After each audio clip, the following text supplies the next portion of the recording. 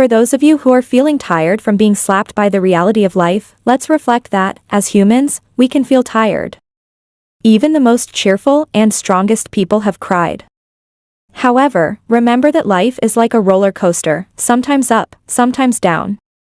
The important thing is that we hold on to our seats and enjoy every free ticket. Before death comes to visit and knock on our door, let us enjoy our journey, even if it is full of twists and turns. Let's continue to laugh at our troubles together. Keep your spirits up for those of you who are struggling. Enjoy your break and happy watching. The movie begins in ancient times when dozens of kingdoms in different regions pay tribute to the Chinese Empire led by Emperor Khan. While receiving the tribute, the emperor received many gifts from inanimate to animate items.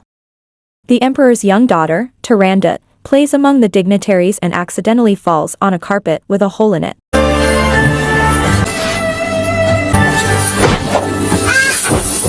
The carpet depicted the continent under the emperor's rule, and the hole was the territory of Muvie, a small and peaceful kingdom that the emperor had never visited for a cooperative relationship.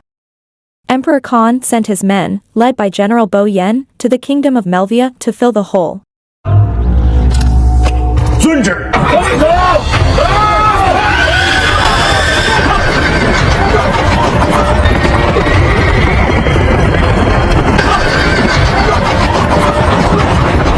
In the kingdom of Muvie, the king and queen paid close attention to the training of their only son, Caliph.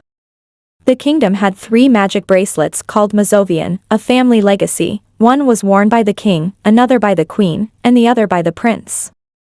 However, strict rules apply that all 3 bracelets must not be worn simultaneously on one individual, as they can bring great power and terrible curses. While Caliph was practicing, General Bo Yan's army attacked the Muvie kingdom.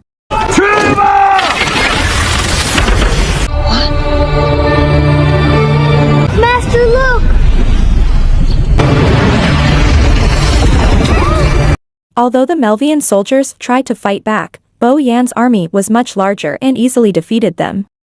Amidst his success, General Bo Yan accidentally finds 3 Muvie bracelets and brings them to Emperor Khan. Long story short, on Princess Turandot's birthday, she received many gifts, including the 3 Muvie bracelets found by General Bo Yan. Princess Turandot wore one of the bracelets because of its elegant shape. Even Emperor Khan joined in putting the bracelet on his daughter's hand. As a result, the 3 bracelets began to react, granting Turandot great power while activating the curse she had to accept. Afterward, the royal priest revealed that Princess Turandot was under a curse for the bracelets she was wearing. A man can only lift the curse because when Turandot reaches the age of 15, she will announce 3 riddles. Whoever could solve the riddles would free Turandot from the curse. However, the man must risk his life if the answer is wrong. If the riddles are not solved before Turandot turns 18, she will become a ferocious demon. On the other hand, Master Zhou managed to escape with Prince Caliph, who had lost his memory. To protect him, Master Zhou changed Prince Caliph's name to Blue Eyes. They then went to Master Zhou's hometown, where Master Zhou had a daughter named Luer, whom he had entrusted to his sister. Caliph stayed at Zhou's house, forming a good friendship with Luer. Years later, Caliph had become a teenager who was very interested in the art of fireworks. Seeing his interest, Luer secretly took him to the mine to see the making of royal fireworks. However, while they were observing the fireworks making process, they were spotted by the guards. The 2 immediately ran as fast as they could, but luckily, they were helped by a fireworks master who allowed them to escape through a secret tunnel.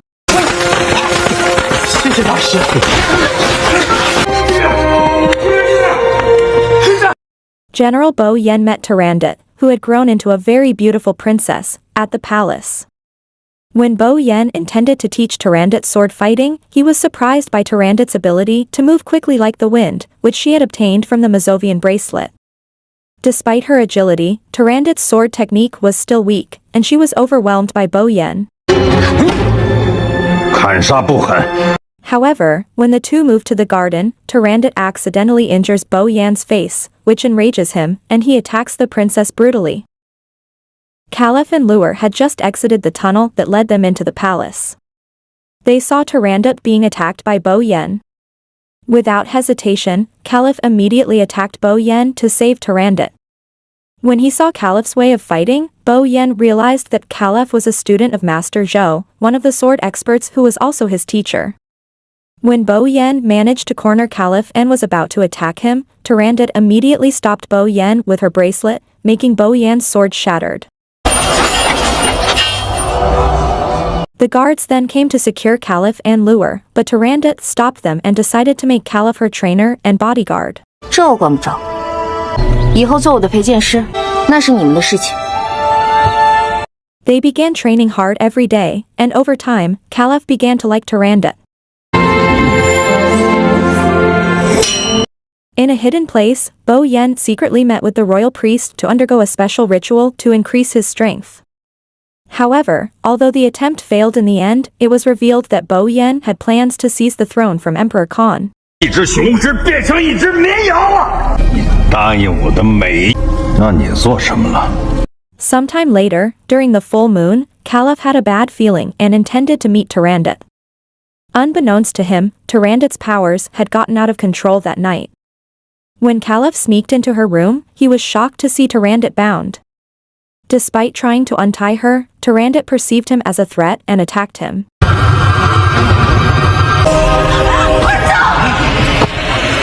After trying to calm her down, Turandot finally came to her senses. However, Turandot scolded Caliph and asked him not to see her again. The next day, Caliph was tasked with protecting Prince Wutong, who came from another kingdom to propose to Turandot. After escorting Wutong, Caliph was invited by Luer to go to a festival with her friend. There, Luer accidentally saw Wutong with a very luxurious dagger. Fascinated by the dagger, Luer used her whip to steal it and quickly ran away. This caused chaos between them and Wutong's army. The wooden structure almost crushed Wutong during the incident, but fortunately, Caliph arrived in time and saved him. Caliph then asked Luer to return the dagger. 柳儿，你过来，不归原主。 After the incident, Caliph took Wutong to explore every city corner. Wutong began to tell him that he had come because he was curious about the curse of Turandot's bracelet. Previously, he had lost his brother, who died while trying to solve the puzzle. As an expression of gratitude for saving his life, Wutong adopted Caliph as his brother. 如果你愿意，我们两个做兄弟吧。 The next day, Wutong visited Turandot under the pretense of solving the riddle. However, just as Turandot was about to ask the question, Wutong quickly pulled out his dagger and tried to kill Turandot to avenge his brother's death. Turandot managed to dodge quickly and tie Wutong with a weaving thread.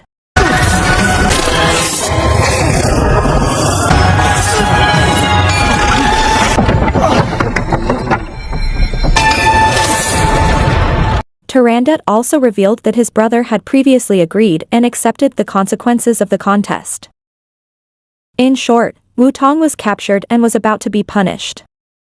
However, Emperor Khan allowed him to be pardoned if he could answer the 3 riddles of the curse. At the same time, Caliph accidentally saw sunlight reflecting off the Mazovian bracelet, which reminded him of the tragedy of the attack and massacre that befell his kingdom and his parents. Intrigued, Caliph came forward and declared that he would try to answer the riddle. 我要打米，给我赶出去！我要打你啊！蓝眼睛，让我打你！ Although initially rejected due to his status as a commoner, Caliph was eventually allowed to join the competition by claiming to be Wutong's brother.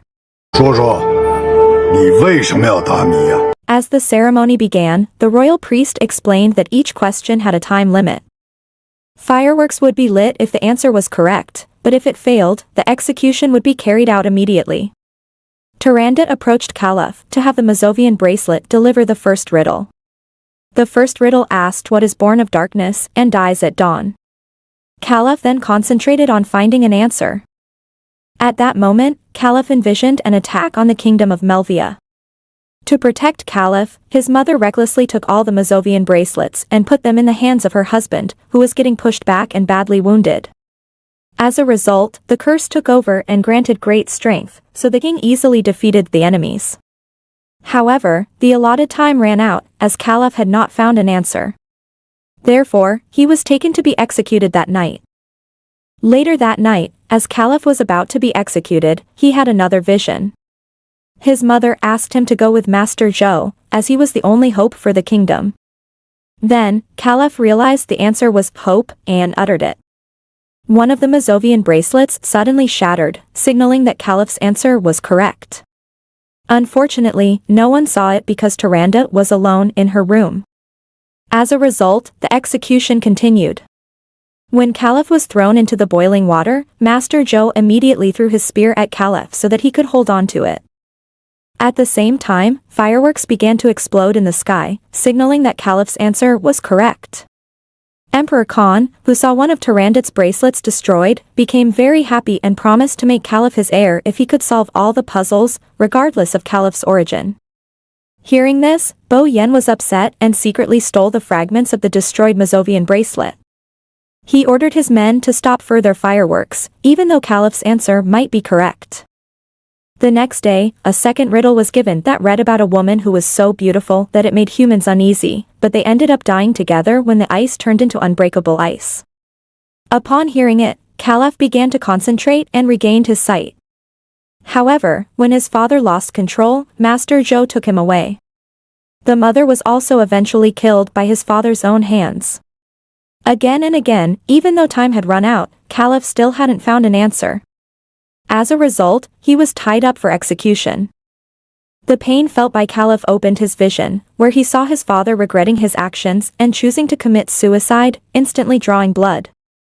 After realizing that the answer was blood, Caliph answered the riddle. Another Mazovian bracelet was cut off, and the servants immediately lit the fireworks. However, the fireworks were suddenly shot by Bo Yan's men, so the fireworks went out. Bo Yan's men then attacked the servants. But in the end, Turandot managed to take them all down. Meanwhile, Zhou suddenly fought to save Caliph and dueled with Bo Yan, while Wutong, Luer, and the company fought the imperial soldiers. On the other hand, Bo Yan throws a sword at Caliph, but luckily, Turandot arrives and saves him. Turandot then announced that Caliph's answer was correct, so he deserved release. That night, Caliph told Zhou that he had remembered everything, including his real name, and realized that it was Emperor Khan who had killed his family. He planned to leave the city.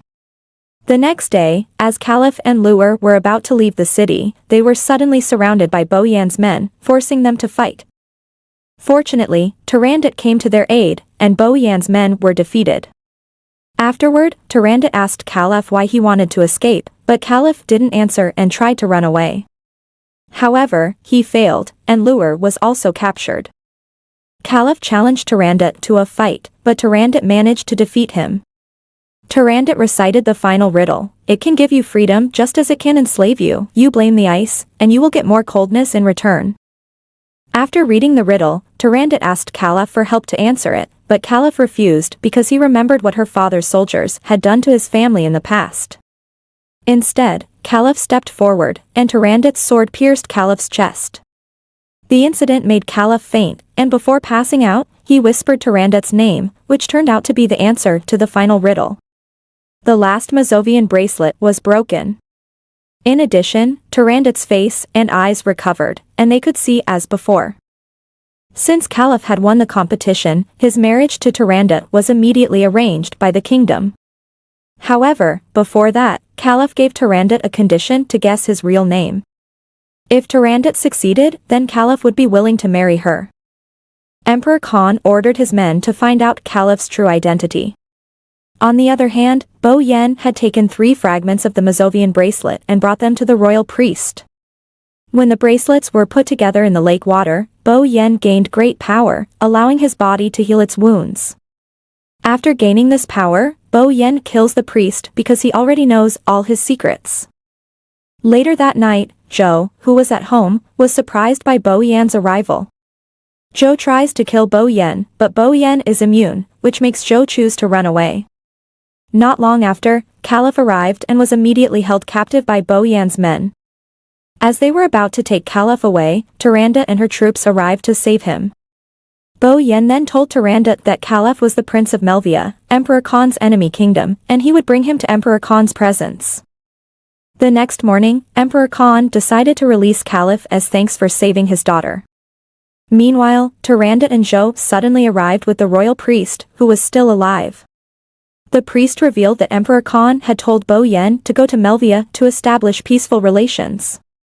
However, Bo Yen ignored him and attacked the Melvian kingdom without Emperor Khan's consent. Hearing this, Bo Yen then confirmed that the story was indeed true. He then called his troops to storm the palace and killed the servants. Not only that, Bo Yen brought a firebomb that he had prepared to blow up the palace.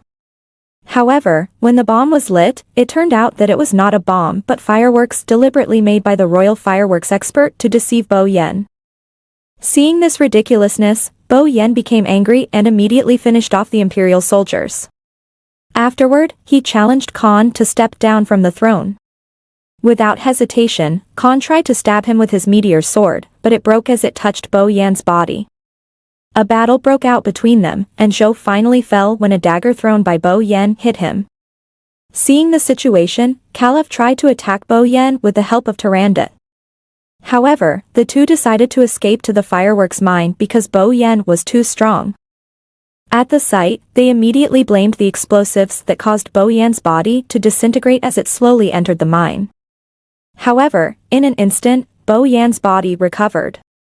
The explosion caused the roofs of the caves to collapse and fall on Bo Yen, but soon after, Bo Yen got back up. Turandot tried to attack Bo Yen, but Bo Yen managed to fend her off and even injured Turandot, causing a bit of blood to splash onto his body. The blood slowly soaked Bo Yan's body, eventually making Turandot and Caliph realize that Bo Yan's weakness was blood. Caliph immediately stabbed Bo Yan's body while shouting the word blood, which made Bo Yan's body burn quickly and turn into stone. After successfully killing Bo Yan, Caliph approached Turandot, who now called him by his real name. Unfortunately, Turandot eventually died. The next day, Caliph began traveling back to Melvia. He also made occasional stops at various cities along the way until he finally arrived in Melvia and began the process of rebuilding his kingdom. And so the movie ends.